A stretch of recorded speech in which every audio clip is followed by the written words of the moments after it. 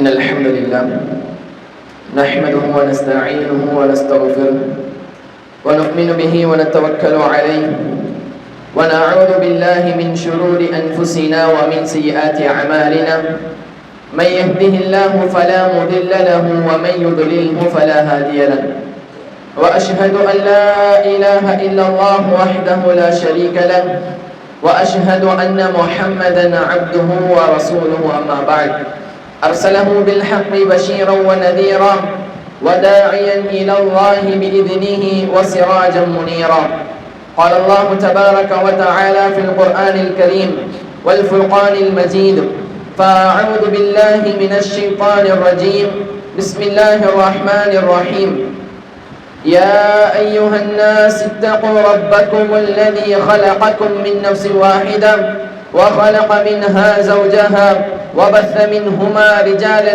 كثيرا ونساء واتقوا الله الذي تساءلون به والأرحام إن الله كان عليكم رقيبا وقال أيضا يا أيها الذين آمنوا اتقوا الله حق تقاته ولا تموتن إلا وأنتم مسلمون وقال أيضا يا أيها الذين آمنوا اتقوا الله وقولوا قولا سديدا يصلح لكم أعمالكم ويغفر لكم ذنوبكم ومن يطع الله ورسوله فقد فاز فوزا عظيما وقال نبينا صلى الله عليه وسلم فإن أصدق الحديث كتاب الله وأحسن الهدي هدي محمد صلى الله عليه وسلم وشر الأمور محدثاتها وكل محدثة بدعة وكل بدعة ضلالة وكل ضلالة في النار اللهم صل على محمد وعلى آل محمد كما صليت على إبراهيم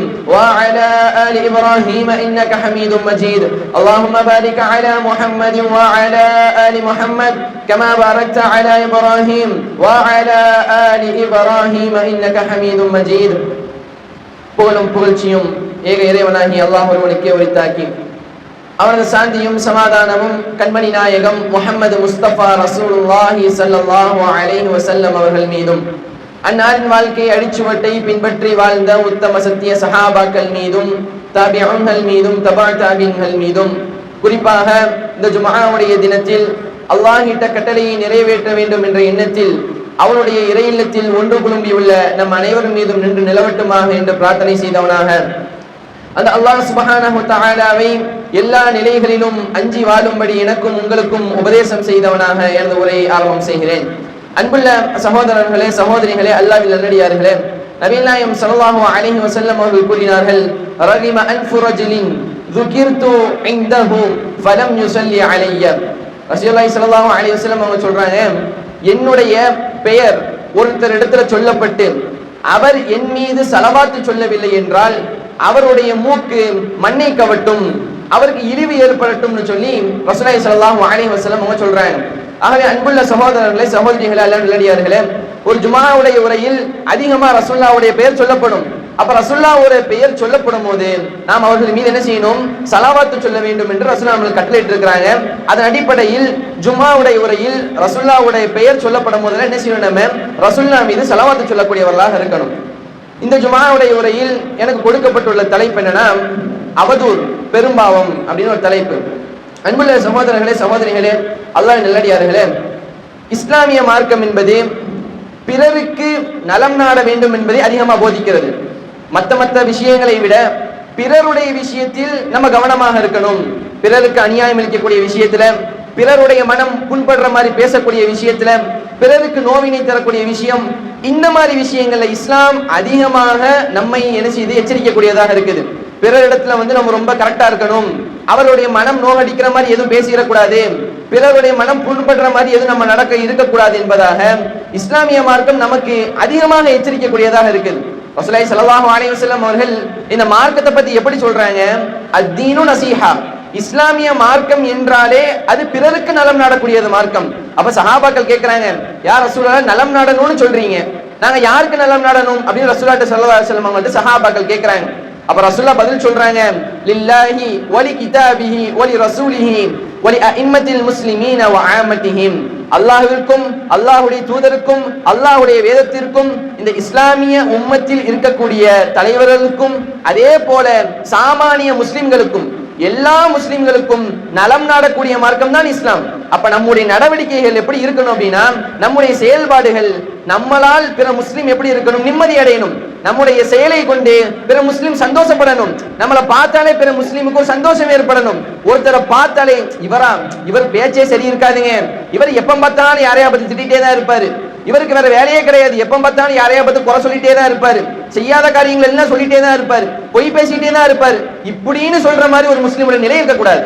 ஒரு முஸ்லிமுடைய நிலை எப்பவுமே எப்படி இருக்கணும், அவனுடைய செயல்பாடு எப்படி இருக்கணும், அவன் பிறருக்கு நலம் நாடக்கூடியவனாக இருக்கணும். அது பேச்சாக இருக்கட்டும், அவனுடைய செயல்பாடாக இருக்கட்டும், எல்லா விஷயத்திலையும் பிற முஸ்லிம்களை கவனத்தில் கொண்டு அவர்களுடைய மனம் நோகாதபடி, அவருக்கு கஷ்டம் ஏற்படாத மாதிரி ஒரு பேச்சை அமைத்துக் கொள்ள வேண்டும் என்று நபிகள் நாயகம் ஸல்லல்லாஹு அலைஹி வஸல்லம் அவர்கள் நமக்கு கற்றுத்தாராங்க. நபி ஸல்லல்லாஹு அலைஹி வஸல்லம் அவங்க ஒரு ஹதீஸை தெளிவா சொல்றாங்க. அத்தவானீனு ஸலாஸத்துன், மொத்தம் 3 வகையான ஏடுகள் இருக்குது. அந்த 3 வகையான ஏடுகள் என்ன? ரசூலுல்லாஹ் முதல் ஏட சொல்றாங்க, தீவானுன் லா யக்ஃபிருஹுல்லாஹு அபதா. முதல் ஏடு ஒன்று இருக்குது, அந்த ஏட்ல இருக்கக்கூடியவர்களை அல்லாஹ் ஒருபோதும் மன்னிக்கவே மாட்டான். ரசூலுல்லாஹ் அடுத்து சொல்றாங்க, தீவானுன் லா யக்பல்லாஹு பிஹி ஷைஆ. இரண்டாவது ஒரு ஏடு இருக்குது, அதை அல்லாஹ் நாடினா மன்னிப்பான், அது அவனுடைய விஷயத்துல உள்ளது. மூன்றாவது ஒரு ஏடு இருக்குது, தீவானுன் லா யதல்லாஹு மின்ஹு ஷைஆ. மூன்றாவது ஒரு ஏடு இருக்குது, அந்த ஏட்டில் உள்ளவர்களை அல்லாஹ் விடவே மாட்டான். ரசூல் அந்த 3க்கும் விளக்கம் சொல்றாங்க. முதலாவது ஒரு ஏடு இருக்குது, அல்லாஹ் மன்னிக்கவே மாட்டானே, அது என்ன தெரியுமா? அதுதான் ஷிர்க். இந்த உலகத்துல வாழும் போது ஒரு மனிதர் அல்லாஹ்விற்கு இணை வைத்தார் என்றால் நபிகள் நாயகம் ஸல்லல்லாஹு அலைஹி வஸல்லம் சொல்றாங்க, நாளைக்கு மறுமையில அல்லாஹ் அவரை மன்னிக்கவே மாட்டான் என்பதாக நபி ஸல்லல்லாஹு அலைஹி வஸல்லம் அவங்க சொல்றாங்க. இரண்டாவது ஒரு ஏடு இருக்குது, அது என்ன ஏடு அப்படின்னா, ஒரு அடியான் தன்னுடைய இறைவனுக்கு கொடுக்க வேண்டிய விஷயத்துல ஏதாவது குறைபாடு வைக்கிறான், தொழுகையிலையும் நோம்புலையும் ஜகாத்திலையும் ஹஜ்ஜிலையும் இந்த மாதிரி அல்லாஹ்விற்கு கொடுக்க வேண்டிய கடமைகள் ஏதாவது குறைபாடு வைக்கிறான் அப்படின்னா அது அவனுக்கும் அல்லாஹ்விற்கும் உரியது. அல்லாஹ் நாடினா மன்னிப்பான், அல்லாஹ் நாடினா தண்டிப்பான், அது அல்லாஹ்வின் புறத்தில் இருந்து உள்ளது. மூன்றாவது ஒரு ஏடு இருக்குது, அது என்ன ஏடுன்னு ரசூலுல்லாஹ் சொல்றாங்க, ஃபதாலிமுன் லில் இபாத் ஃபமதாலிமுல் இபாதி பைனஹும். அடியார்கள் பிற அடியானுக்கு செய்யக்கூடிய அநியாயம், இந்த உலகத்துல வாழும் போது ஒரு அடியான் பிற அடியானுக்கு செய்யக்கூடிய இந்த அநியாயம் இருக்குது, அவன் மீது அவதூறு சொல்றது, அவனுடைய பொருளாதாரத்தை அநியாயம் அபகரிக்கிறது, இந்த மாதிரி அநியாயங்கள் இருக்குது. இதை அல்லாஹ் சுப்ஹானஹு வ தஆலா ஒருபோதும் மன்னிக்க மாட்டான். எதுவரைக்கும் நம்ம யாருக்கு அநியாயம் இழைக்கிறோமோ அந்த மனிதர் மன்னிக்கிற வரைக்கும். நம்ம இப்ப ஒருத்தரை பார்த்து அவதூறு சொல்றோம், ஒருத்தரை பார்த்து நம்ம பொய் பேசுறோம், அவரிடத்துல இல்லாத விஷயங்களை மக்களுக்கு மத்தியில போய் சொல்றோம், அவர் செய்யாத ஒரு விஷயத்தை செஞ்சாருன்னு மக்களுக்கு மத்தியில அவதூறு பேசுறோம். அப்ப அந்த மனிதர் நம்மளை மன்னிக்காத வரைக்கும் அல்லாஹ் சுப்ஹானஹு வ தஆலா இந்த பாவத்தை மன்னிக்க மாட்டான். அல்லாஹ் ரசூலுல்லாஹ் அதான் தெளிவா சொல்றாங்க, நீங்க தொழுகையில கொஞ்சம் பொறுப்போக்கா இருக்கீங்க, நோன்பு வைக்கிறதுல கொஞ்சம் பொறுப்போக்கா இருக்கீங்க, அல்லாஹ் நினைச்சா உங்களை மன்னிப்பான். ஆனால் பிற மனிதர்களுக்கு பிற முஸ்லிமுக்கு கொடுக்க வேண்டிய உரிமைகள் நீங்க கை வச்சீங்கன்னா, பிற முஸ்லிம் மீது நீங்க அநியாயமான முறையில் ஏதாவது சொன்னீங்கன்னா அந்த முஸ்லிம் உன்னை மன்னிக்கிற வரைக்கும் அல்லாஹ் உன்னை மன்னிக்க மாட்டான் என்பதாக நபி ஸல்லல்லாஹு அலைஹி வஸல்லம் அவர்கள் தெளிவாக எச்சரிக்கக்கூடியவர்களாக இருக்கிறாங்க. அன்புள்ள சகோதரர்கள் நல்லடியார்களே, ரசூலுல்லாஹி ஸல்லல்லாஹு அலைஹி வஸல்லம் அவர்கள் ஒரு முறை கேக்குறாங்க, அத்ததுரூனமல் கீபா. சஹாபாக்கள்ட்ட கேக்குறாங்க, சஹாபாக்கள் என்ன கேக்குறாங்க, புறம் பேசுறதுன்னா என்ன தெரியுமா அப்படின்னு கேக்குறாங்க. சஹாபாக்களுடைய பழக்கம் என்ன அப்படின்னா, எந்த விஷயத்தையும் எனக்கு தெரியும்னு சொல்ல மாட்டாங்க. ரசூலுல்லாஹ் வந்து எனக்கு எல்லாம் தெரியும் அப்படிங்கிற நிலைப்பாடு சஹாபாக்கள்ட்ட கிடையாது. சஹாபாக்கள் சொல்றாங்க, அல்லாஹு வ ரசூலுஹு அலம், அல்லாஹ்வும் அல்லாஹ்வுடைய தூதரும் தான் நன்கறிந்தவர்கள் சொல்லிடுறாங்க. அப்ப திரும்ப ரசூலுல்லாஹ் சொல்றாங்க, புறம் பேசுவது அப்படின்னா திக்ருக அகாக பிமா யக்ரிஹும். உன்னுடைய சகோதரன் ஒருத்தர் இருக்கிறான், அவன் இடத்துல ஒரு விஷயத்தை சொல்றேன், அவனுக்கு அது பிடிக்கல அப்படின்னா அதுதான் கீபத் என்பதாக ரசூலுல்லாஹ் சொல்றாங்க. அப்ப சஹாபாக்கள் கேக்குறாங்க, யா ரசூலுல்லாஹ் அஃபரைத இன் கான ஃபீ அகீ மா அகூலுன். ஒரு விஷயத்தை நான் சொல்றேன், அந்த விஷயம் அவன்கிட்ட இருக்குது, ஒரு தப்பு செய்யறான் நான் சொல்றேன் அவன்கிட்ட போய், அந்த தப்பு அவன்கிட்ட இருக்குது, அப்படி நான் சொன்னாலும் அது புறம் பேசுறதா, அப்படி சொன்னாலும் அது கீபத்தா அப்படின்னு கேக்குறாங்க. அப்ப ரசூலுல்லாஹ் சொல்றாங்க, ஆமாம், அவனிடத்தில் இருக்கக்கூடிய ஒரு விஷயத்தை நீ சொன்னால் அது புறம் பேசுறது, அவனிடத்தில் இல்லாத ஒரு விஷயத்தை மக்களுக்கு மத்தியில போய் நீ பொய்யாக அவதூறாக சொல்றியே அது அதைவிட மிகப்பெரிய பாவம் என்பதாக ரசூலுல்லாஹ் சொல்றாங்க. ரசூலுல்லாஹ் இந்த இடத்துல ஒருத்தர் தப்பு செய்யறாருங்க, ஒருத்தர் தப்பு தான் செய்யறாரு, அதை கூட பிறரிடத்தில் நீங்க கொண்டு போய் சொல்லக்கூடாது அப்படின்னு சொல்லி ரசூலுல்லாஹ் சொல்றாங்க. ஒருத்தர் உண்மையிலே தப்பு பண்றாரு, அவர் தொலை வரலதான், அவர் நோன்பு வைக்கலதான், அவர் விபச்சாரம் பண்றாருதான், அவர் வட்டி வாங்குறாருதான், எல்லா தப்பு பண்றாருதான். ஆனா அந்த தப்ப கூட பிற மனிதர்களிடத்துல போய் நீங்க சொன்னீங்கன்னா அது புறம் பேசுறது, அப்படி நீங்க பண்ணக்கூடாதுன்னு சொல்லக்கூடிய மார்க்கம் இஸ்லாமிய மார்க்கம். ஒருத்தருடைய செயலையே நம்ம போய் சொல்லக்கூடாது அப்படின்னா ஒருத்தர் செய்யாத ஒரு செயலை சொல்றது எவ்வளவு பெரிய ஒரு மோசமான செயல் என்பதை நம்ம சிந்திச்சு பார்க்கணும். இஸ்லாமிய மார்க்கம் என்ன சொல்லுது? யார் ஒரு முஸ்லிமுடைய தவறை இந்த உலகத்துல மறைக்கிறாரோ நாளைக்கு மறுமையில அல்லாஹ் அவருடைய தவறை மன்னிப்பான். அவருடைய தவறை நாளைக்கு அல்லாஹ் சுப்ஹானஹு வ தஆலா மறுமையில எல்லா மனிதர்களுக்கும் மத்தியில அவருடைய தவறை அல்லாஹ் என்ன செய்வான்? மறைப்பான். இந்த உலகத்துல நம்ம வாழும் போது ஒரு முஸ்லிம், எல்லா மனிதர்களும் தவறு செய்யக்கூடியவர்கள் தான். குல்லு பனி ஆதம ஹத்தாஉன், இந்த உலகத்துல படைக்கப்பட்ட எல்லா மனிதர்களும் மனிதன் என்ற அடிப்படையில தவறு செய்யக்கூடியவர்கள் தான். அல்லாஹ் என்ன சொல்றான்? எல்லா மனிதர்களும் தவறு செய்யக்கூடியவர்கள் தான். ஆனா அந்த தவறை யார் மறைக்கிறாரோ, ஒருத்தர் தப்பு பண்ணிட்டாரு, நமக்கு தெரிஞ்சிருச்சு, அந்த தப்பை நம்ம மறைச்சோம் அப்படின்னா நாளைக்கு மறுமை நாள்ல நம்ம இந்த உலகத்துல எவ்வளவோ பாவம் பண்ணி இருப்போம், யாருக்கும் தெரியாம நம்ம எவ்வளவோ தப்பு செஞ்சிருப்போம். அல்லாஹ் சொல்றான் அந்த பாவங்களை அந்த தவறுகளை நாளைக்கு மறுமையில அல்லாஹ் சுப்ஹானஹு வ தஆலா எல்லாத்தையும் விட்டு அந்த தவறை என்ன செய்வான்? நம்ம இடத்துல இருந்து மறைப்பான் என்பதாக நபி நாயகம் ஸல்லல்லாஹு அலைஹி வஸல்லம் அவங்க சொல்லி காமிக்கிறாங்க. ஆனா அன்புள்ள சகோதரர்களே, நல்லடியார்களே, கொஞ்சம் சிந்திச்சு பார்க்கணும். இன்னைக்கு டெக்னாலஜின்னு சொல்லி வளர்ந்துட்டே போகுது. சமூக வலைத்தளங்கள் நம்ம அதிகமா பயன்படுத்துறோம். சமூக வலைத்தளங்களை பயன்படுத்தாத ஆளே கிடையாது. எல்லா இடத்துலயும் ஃபேஸ்புக் இருக்கு, வாட்ஸ்அப் இருக்குது. அதுல ஒரு செய்தி வருதுன்னா நம்முடைய நிலை எப்படி இருக்குது? அதுல ஒரு செய்தி வரும், யாரோ அனுப்பிடுவாங்க ஃபார்வர்டு மெசேஜ், திரும்ப அது நமக்கு வரும். நம்ம அது யாரு, உண்மையிலேயே செஞ்சாங்களா, அது உண்மையிலே நடந்திருக்குதா, எதையுமே பார்க்காம அப்படியே என்ன செய்வோம்? பிறருக்கு அதை அனுப்பிச்சு விட்டுருவோம். அது உண்மையிலே அவர் செஞ்சாராம், அது உண்மையிலே அது நடந்திருக்குதாம், எந்த விஷயத்தையும் பார்க்காம நம்ம அப்படியே என்ன செய்யறோம்? பிறருக்கு அதை அனுப்பி விடுறோமா இல்லையா? ஒருவேளை அது அவதூறா இருந்துச்சுன்னா அந்த நிலை என்ன? அவர் உண்மையிலே செய்யல.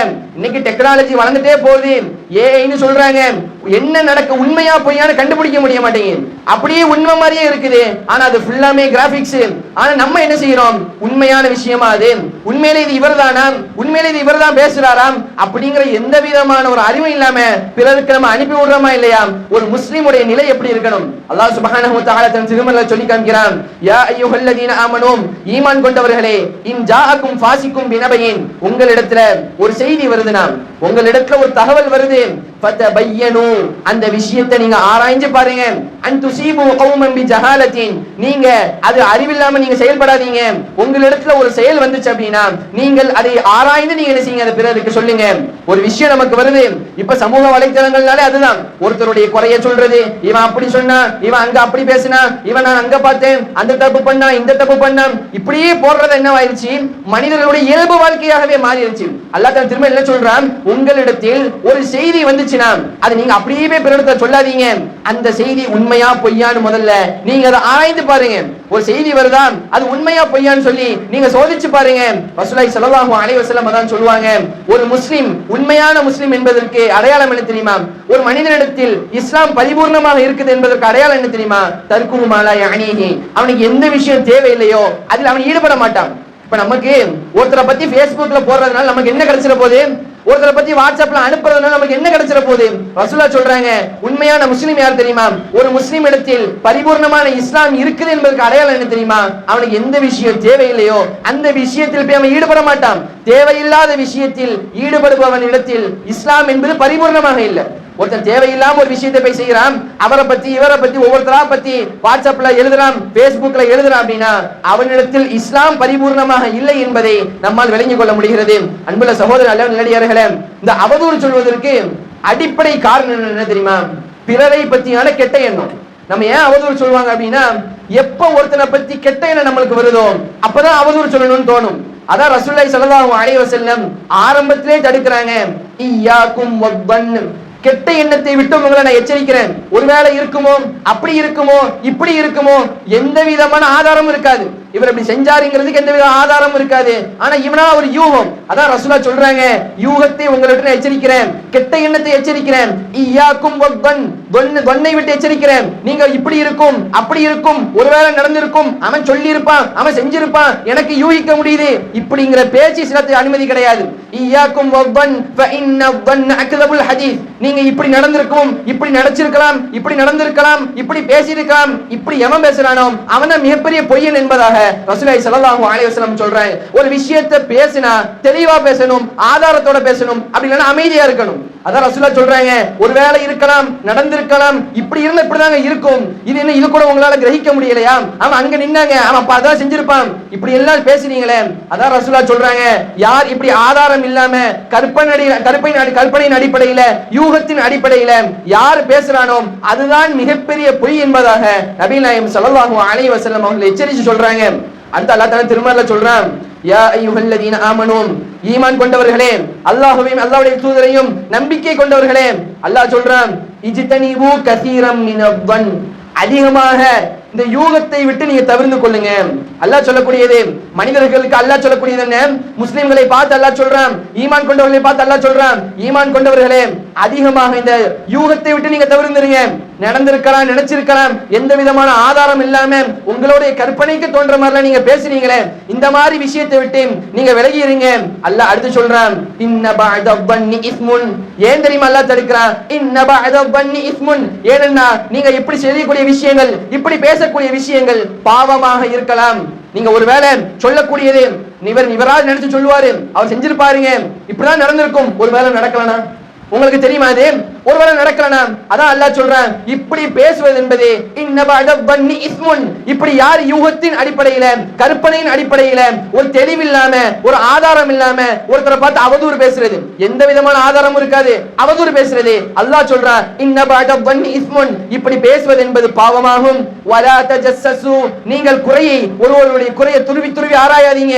ஒருத்தர் தவறு செய்யறாரு அப்படின்னா அவர் எப்படா தவறு செய்வாரு அப்படின்னு அதை காத்திருந்து துருவி துருவி ஆராயாதீங்க. உங்களில் பத்தி சிலரை பத்தி சிலர் என்ன செய்யாதீங்க, புறம் பேசாதீங்க, அவதூறு பேசாதீங்க என்பதாக அல்லாஹ் தன் திருமறையில எச்சரிக்கைக்குரியவனாக இருக்கிறான். அல்லாஹ் அதுக்கப்புறம் சொல்லக்கூடிய ஒரு விஷயத்தை நம்ம எல்லாம் கண்டிப்பா நம்ம சிந்திச்சு பார்க்கணும். அல்லாஹ் நம்மள ஒவ்வொருத்தரையும் பத்தி கேள்வி கேட்கிறான், அயுஹிப்பு அஹதுக்கும், உங்கள ஒருத்தர் ஆசைப்படுவீங்களா, ஐய குலலஹ்ம அஹீஹி மைதாம், உங்களுடைய சகோதரன் ஒருத்தன் மரணிச்சு போயிட்டான், அவனுடைய மாமிசத்தை தின்பதற்கு ஆசைப்படுவியா? அல்லாஹ் ஒவ்வொருத்தரையும் பத்தி கேள்வி கேட்கிறான். ஐய குலலஹ்ம அஹீஹி மைதாம், உன்னுடைய சகோதரன் மரணிச்சு போயிட்டான், அவனுடைய கரிய, அவனுடைய மாமிசத்தை எடுத்து உனக்கு சாப்பிடுறதுக்கு பிடிக்குமா? அல்லாஹ் கேட்கிறான். யார் அவதூறு பேசுறாங்களோ, யார் புறம் பேசுறாங்களோ அவர்கள் இதை செய்வதற்கு சமம் அல்லாஹ் சொல்றான். அல்லாஹ் தன் திருமறையில என்ன சொல்றான், யார் பிறரை பத்தி, பிறருடைய குறையை பிற மனிதர்களிடத்துல கொண்டு போய் சொல்றாரோ, ஒருத்தர் செய்யாத ஒரு செயலை அவதூறாக மனிதர்களிடத்துல பரப்புறாரோ, அவர் விஷயத்தை அல்லாஹ் எப்படி சொல்றான், அந்த மனிதர் இறந்து போன மனிதருடைய மாமிசத்தை தின்னுவதற்கு சமம் என்பதாக அல்லாஹ் தன் திருமறையில எச்சரிக்கைக்குரியவனாக இருக்கிறான். அன்புள்ள சகோதரர்கள், அல்லாஹ் நல்லடியார்களே, நம்முடைய நிலை என்னவாக இருக்குது நம்ம சிந்திச்சு பார்க்கணும். குறிப்பா பெண்கள் சிந்திச்சு பார்க்கணும். நான் பெண்கள் கூடுனாங்க அப்படின்னா பேசுறதே எதை பத்தி தான், மூணாவது மனுஷரை பத்தி தான். அவன் அங்க போனான், அவன் இங்க வந்தான், இப்படி பண்ணா, அப்படி பண்ணா, அவன் அப்படிதான் பண்ணி இருப்பான். அடுத்து நம்ம மட்டும் குறை கிடையாது, டீ கடைக்கு போனா பேசுறது யாரை பத்தி தான், அங்க இல்லாதவங்களை பத்தி தான். 4 பேர் டீ குடிக்க போவாங்க, ஃபஜர் தொழுதுட்டு, ஃபஜர்லாம் மாஷால்லாம் தொழுதுட்டு போக வேண்டியது, டீ கடைக்கு போய் ஃபஜர்ல சம்பாதிச்ச நன்மையை ஃபுல்லா அங்க விட்டுற வேண்டியது. ஃபஜர் தொழுக வேண்டியது, தொழுகைக்கு முடிச்ச வேலை வெளியே போய் டீ கடையில போய் நின்று, அந்த டீ கடையில நின்று பிறரை பத்தி அவதூறு பேசுறது, பிறரை பத்தி புறம் பேசுறது, இங்க என்ன நன்மையை நம்ம சம்பாதிச்சோமோ அந்த நன்மை என்ன செய்ய வேண்டியது, அங்க போய் பாழாக்கிற வேண்டியது. அன்புள்ள சகோதரர்களே, சகோதரிகளே, சிந்திச்சு பார்க்க வேண்டும். நம்முடைய நிலை என்ன, நம்முடைய வாழ்க்கையில் நம்ம எப்படி போயிட்டு இருக்கிறோம், ஒரு முறை சிந்திக்க வேண்டிய கடமை நம்ம ஒவ்வொருவருக்கும் இருக்கு. பிறரை பத்தி பேசி நமக்கு என்னதாங்க கிடைக்க போகுது, அவர் எங்கேயோ இருக்கிறாரு, நம்ம உண்டு, நம்ம வேலை உண்டுன்னு இருக்கணும். அவரை பத்தி பேசி நமக்கு என்ன பெருசா ஃபாய்தா ஆகிற போகுது, நமக்கு என்ன பலன் கிடைக்க போகுது, எந்த விதமான பலனும் கிடைக்காது. மாறாக நமக்கு தண்டனையும், நம்ம செஞ்ச அமல் நம்மை விட்டு பாவமாகத்தான் என்ன செய்யும், அது மாறுமே தவிர பிறரை பத்தி பேசுவதனால, பிறருடைய குறையை பத்தி மக்களுக்கு மத்தியில் சொல்றதுனால, பிறரை பத்தி அவதூறு பேசுறதுனால எந்த விதமான நன்மையும் கிடையாது. நமக்கும் சரி, நம்முடைய குடும்பத்திற்கும் சரி, இந்த சமுதாய மக்களுக்கும் மத்தியிலையும் சரி, அது குழப்பத்தை ஏற்படுத்தக்கூடியதாக தான் இருக்கும். இன்னைக்கு சமுதாயத்துல குழப்பம் வருது, பிரச்சனை வருது, குடும்பத்துக்கு மத்தியில சண்டை வருது. அடிப்படை காரணமாக இருக்கக்கூடியது ஒண்ணு என்னது, இந்த அவதூறு என்பது. யாரோ ஒருத்தர் எங்கேயோ சொல்லிட்டு போயிடுவான், அதை கேட்கக்கூடிய ஒருத்தர் அதுல இருந்து கொஞ்சம் எக்ஸ்ட்ரா வைப்பாங்க, அதை அடுத்து சொல்லக்கூடியவர் அதுல இருந்து கொஞ்சம் எக்ஸ்ட்ரா வைப்பாரு. அடுத்து அப்படி சொல்லி சொல்லி கடைசியில குடும்பத்துக்கு வரும். குடும்பத்துல குடும்பம் என்ன ஆகும், 2ஆ பிரியும். இதற்கு அடிப்படை காரணமாக இருந்தது என்னது, யாரோ ஒருத்தர் எங்கேயோ நான் நினைக்கிறேன் அப்படின்னு பேசியிருப்பாரு. எங்கேயோ ஒருத்தர் நான் நினைக்கிறேன்னு பேசினது கடைசியில் என்ன ஆகும்? இவருடைய குடும்பத்தினுடைய காதுக்கு வந்து இங்க இந்த குடும்பம் பிரச்சனைக்கு வந்து இஸ்லாமிய மார்க்கமே இஸ்லாமிய சமுதாயம் ஒரு பிளவு ஏற்படுவதற்கு காரணமாக இருக்கக்கூடியது இந்த நினைக்கிறேன், நான் நினைக்கிறேன் அவர் செஞ்சிருப்பாரு இப்படி யூகத்தின் அடிப்படையில பேசி அவதூறு சொல்லுவது இஸ்லாமியர்களுக்கு மத்தியில ஒற்றுமை இல்லாமல் பிரிந்து போவதற்கு காரணமாக இருக்கிறது என்பதை நாம் கவனத்தில் கொள்ள வேண்டும். அன்புள்ள சகோதரர்கள், நடிகார்களே, நபி நாயகம் ஸல்லல்லாஹு அலைஹி வஸல்லம் சொல்றாங்க, மன் ரஆ முஸ்லிமன் பிஷைஇன் யுரீது ஷைனஹு பிஹி, யார் ஒரு முஸ்லிமை பார்த்து அவதூறு சொல்றான், இவனை நம்ம அவமானப்படுத்தணும், இவனை நம்ம அசிங்கப்படுத்தணும், இவனுக்கு மத்திய சமுதாயத்தில் இவனை என்ன ரொம்ப போல்றாங்க, இவனை நம்ம இல்லாம ஆக்கணும், இவனை பத்தி மக்களுக்கு மத்தியில தவறான ஒரு பிம்பத்தை நம்ம உருவாக்கணும் இப்படின்னு சொல்லி ஒருத்தன் அவதூறு சொல்றான் அப்படின்னா, ஹபஸஹுல்லாஹு அலா ஜஸ்ரி ஜஹன்னம, நாளைக்கு மறுமையில அல்லாஹ் சுப்ஹானஹு தஆலா அவரை நரகில் போடுவான், அல்லாஹ் நரகத்தில் அவரை சிறை பிடிப்பான் என்பதாக நபி நாயகம் ஸல்லல்லாஹு அலைஹி வஸல்லம் அவங்க சொல்லி காமிக்கிறாங்க. ரசூலுல்லாஹ் இன்னொரு ஹதீஸ்ல சொல்றாங்க, நாளைக்கு மறுமையில இப்படிப்பட்டவரை அல்லாஹ் எந்த நிலையில வைப்பான் தெரியுமா?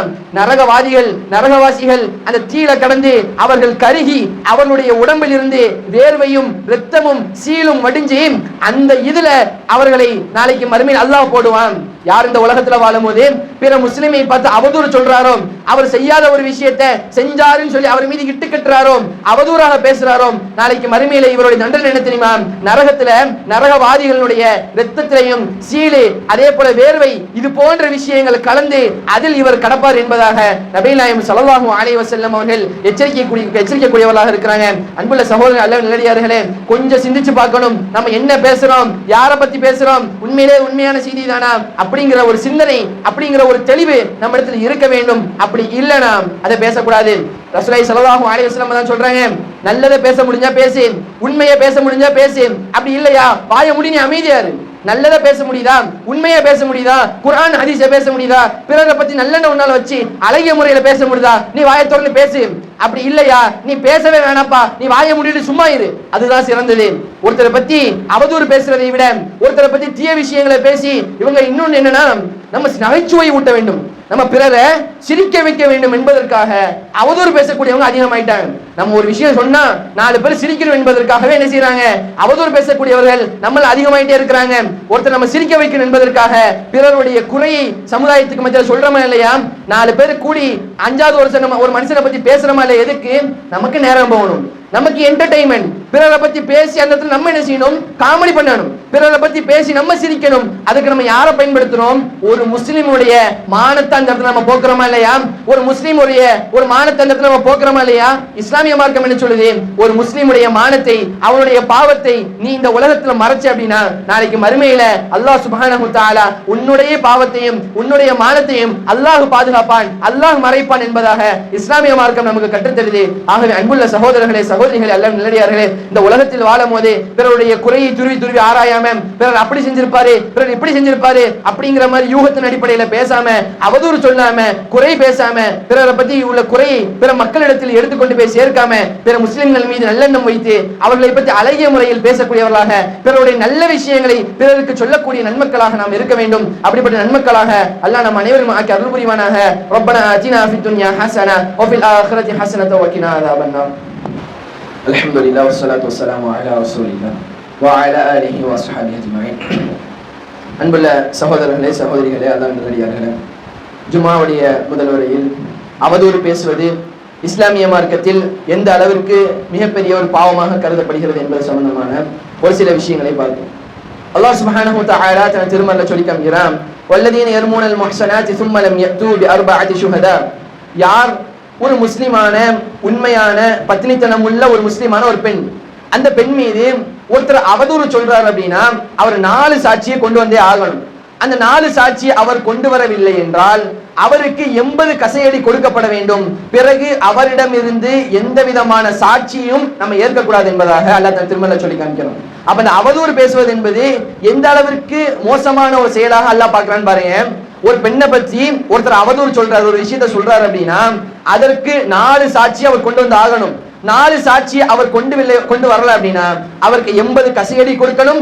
அதற்கு பிறகு அவர் என்ன சாட்சி சொன்னாலும் ஏற்றுக்கொள்ளப்படக்கூடாது என்பதாக அல்லாஹ் தன் திருமறையில் சொல்லி காமிக்கிறான். அல்லாஹ் இன்னொரு இடத்துல சொல்றான், இன்னல்லதீன யர்மூனல் முஹ்ஸனாத்தில் காஃபிலாத்தில் முஃமினாத். யார் முஃமினான ஒரு பெண் மீது இட்டு கட்டுறாரோ, ஒரு உண்மையான முஃமினான சாலிஹான ஒரு பெண் மீது யார் அவதூறு சொல்றாரோ லுஇனு ஃபித் துன்யா வல் ஆখিরা, மறுமையிலே சரி இம்மையிலே சரி அவர் சபிக்கப்பட்டவர். வலஹும் அஸாபுன் அதீம், நாளைக்கு மறுமையில அவருக்கு மிகவும் வேதனை இருக்கிறது என்பதாக அல்லாஹ் தன் திருமறையில சொல்லி காமிக்கிறான். அன்புள்ள சகோதரர்கள், அல்லாஹ் நல்லடியார்களே, சிந்திச்சு பார்க்கணும். பிறரை பத்தி பேசுறதுக்கு முன்னாடி அவன் அங்க நின்னா அப்ப அதான் பண்ணி இருப்பான், அவன் இங்க பேசினா அப்ப இதுதான் பேசி இருப்பான், இப்படின்னு சொல்லி கற்பனை அடிப்படையில பிறரை பத்தி அவதூறு பேசக்கூடியவர்களாக நாம் இருந்து விடக்கூடாது. அவதூறு பேசுவதுடைய தண்டனை என்பது மிக கொடுமையானது, அது கடினமானது. நபிகள் நாயகம் ஸல்லல்லாஹு அலைஹி வஸல்லம் அதான் சொல்றாங்க. ஒரு முதல் ரசூலுல்லாஹ் என்ன செய்றாங்க அப்படின்னா, சஹாபாக்கள்ட்ட கேக்குறாங்க. சஹாபாக்கள் என்ன கேக்குறாங்க அப்படின்னா, மனில் முஃப்லிஸ், ஆண்டியானவன் யாரு?